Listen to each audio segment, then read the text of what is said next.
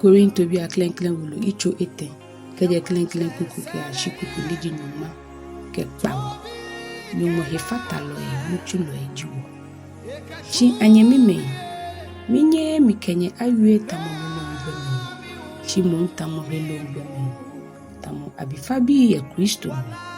fufo mi hanye hije ngmani chi ejake nyenye yansa mo ne tete nyenye lulu ejake helo gbeme jinye lulu hilbi abomi awon ayeli kebe yo nye ten lulu le ani je helo gbeme jinye ni gbeme ajebanye baale ejake moko kwa ake mile Paulo no jimi ni moko nko ake mile Apollo no jimi le ani je helo gbeme jinye agbene na moji Apollo na moji Paulo ameji son lo eni nyecho amenonye henyeyi amete mo fe mo le poninu chole ke hame mile mitem Apollo shue nono chinyu mo haida bila agbene je mo ni ten le jinoko ni je mo ni shue nonu le hu chimu mo ni ha eda ni jinyu mbole chimo ni ten le ke mo ni shue nonu le fe le ekomi chi amete mo fe mo ana le dienche enu mo le dienche edegbegbo mona eja ke ni mo hefata lo e nuchu lo e juwo ni mo no ke ni mo chu jinye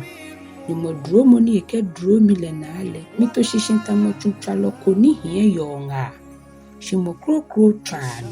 chi mo fe mo akwani ahibo ni etran e ha ale eja ke boko nyen shishi krokro ato fenonia tomumu ni ji Yesu Kristo ni chike moko keshika lo ju etei lo tei ni jirawa lo chei lo dwei lo gbecheli trashishito ne lole mo fe mo nutu mo baaje ko fan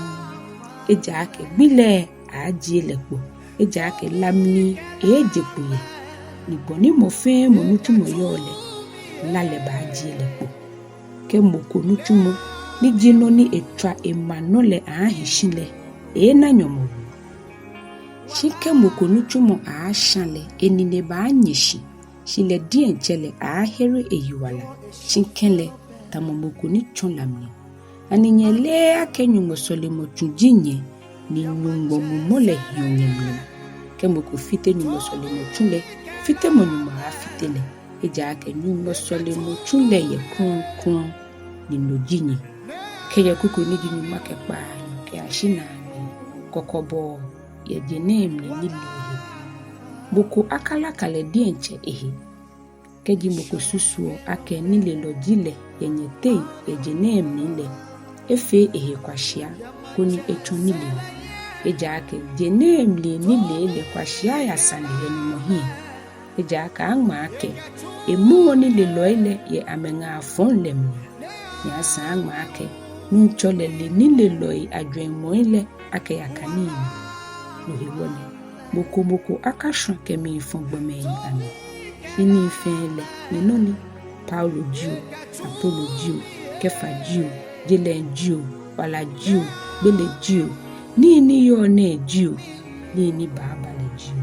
fele ninoni shinyele Kristo ni jinye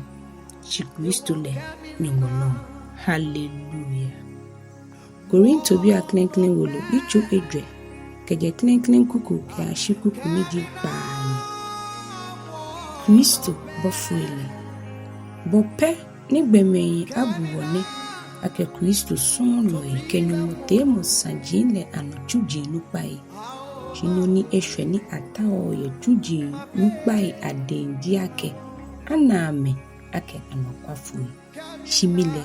eje no kotitri ko hami akenye kojuomi alo ake gbemei akojomo akojomi ni dienche tete mi kojuomi he eje ake mile no ko fonko ye mi dienche mi hemu shikele je no hewo abunu bem shimoni kojuomi jinu chole no hewole nyeka koju anuku dani shebele ke ashibeyino ninu chole aba monike dujia ni bi ni akete ile tete abala ni eji etuan ajina ile ashile nile mo femu ana ejiemo ke ajenyumode shi anyemime nye hewo mi kene bi ne to mi ke Apollo hile kuninye kwawo ninye kaseno ni ko ake moko aka dwen feno ni amale kuninye te moko ke hino womo aka bu moko fe moko hina mobuobo ake esurubu ni ansa mini oyo ni die habu chikeji habule meba oshwa tamono ni je habule nye tromumu nye nanimu nye shiwose nye miye manche ni minani kule nye miye manche lele koni wohu okenye ayi keje kuku niji nehu ke ashinu make ete boni wasani tamu yemei ahie eji ake efio mi ake nyumo enwowo niji bofu ele mo efe se peloi tamu meini ajo ameno ahagbele eji akewo efe kwamoni ahajile kenwe mbofui kegbome wole kwa shia ijuwo ya Kristo hiwo shinyele nile lo ejinye ya Kristo mi wole gbojo lo ejuwo shinyele hiwa lo ejinye nye hiye yo nyam shiwole wo hiye benyam kebashi benefele homo kekuma yiyowo ni wo nyo ya yai ni agbulagbula ewo mai wo be hinle hekrede ko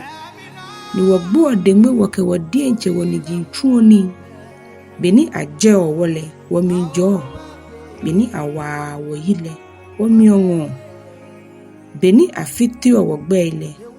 wo wi na ajole wi mo afewo tamojele ntumononi menfe adwe ke bashibi keje kuku nidi numa ke edwe ke ashina agbe Paulo wie chon Korinto bile akeche mima eneme ni mikawunye hegbele shimomi wie mi chonye tamomi bi ni misum eje akeke jinye ye kweloi akpe nyuma tete ye Kristo nile je cheme pi nye yo eje akemi echonsa ne papa le no mi fonye ye Kristo Yesu ni lo iwole ni panye fai ninye kasemi no ewo hu ni mi tu Timothy ni jimi sumo bi ke anokwafo ye nu chole mnile nyewo ni baka enye boni mi ba mi je mi ha ye Kristo ni tamo boni mi chon ya asafo ni ye hefe hili shi ake ni me kome isusu ake mi banye wo hiwole amewo ameheno shike nu chole mi sumole echen ni maba na meini wo amehinole ahiwale shije amiwemu eja keje wiemu mni ndumo manche yeri le yo shimu hiwale mni tenye taole ten mi hie pa kebanye mo alo mi ba yesu mo kemni jole mo